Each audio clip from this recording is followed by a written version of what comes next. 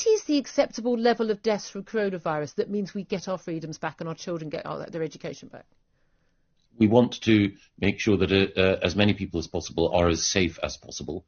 And the quicker we can vaccinate people, the more freedoms that we can. Right. So, let's get to a number then. Let's get to a number. We're never going to have 100% safety. I mean, even with the flu jab, we don't have 100% safety from flu, do we? And coronavirus, we know, is more deadly than flu.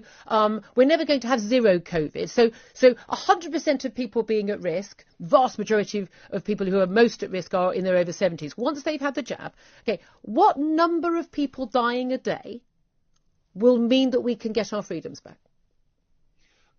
Again, I won't make a judgment or prediction now. I think that the most important thing is to make sure that we can do everything possible to get those freedoms back by concentrating on vaccinating as many people as possible. And that's the aim the government has. The point of the government, yes, the aim of the government is to vaccinate as many people as possible. The purpose of that is to save as many lives as possible.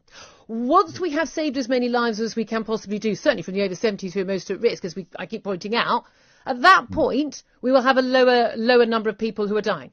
What is the number of people who die from COVID that will mean it is acceptable for the rest of us to get our freedoms back?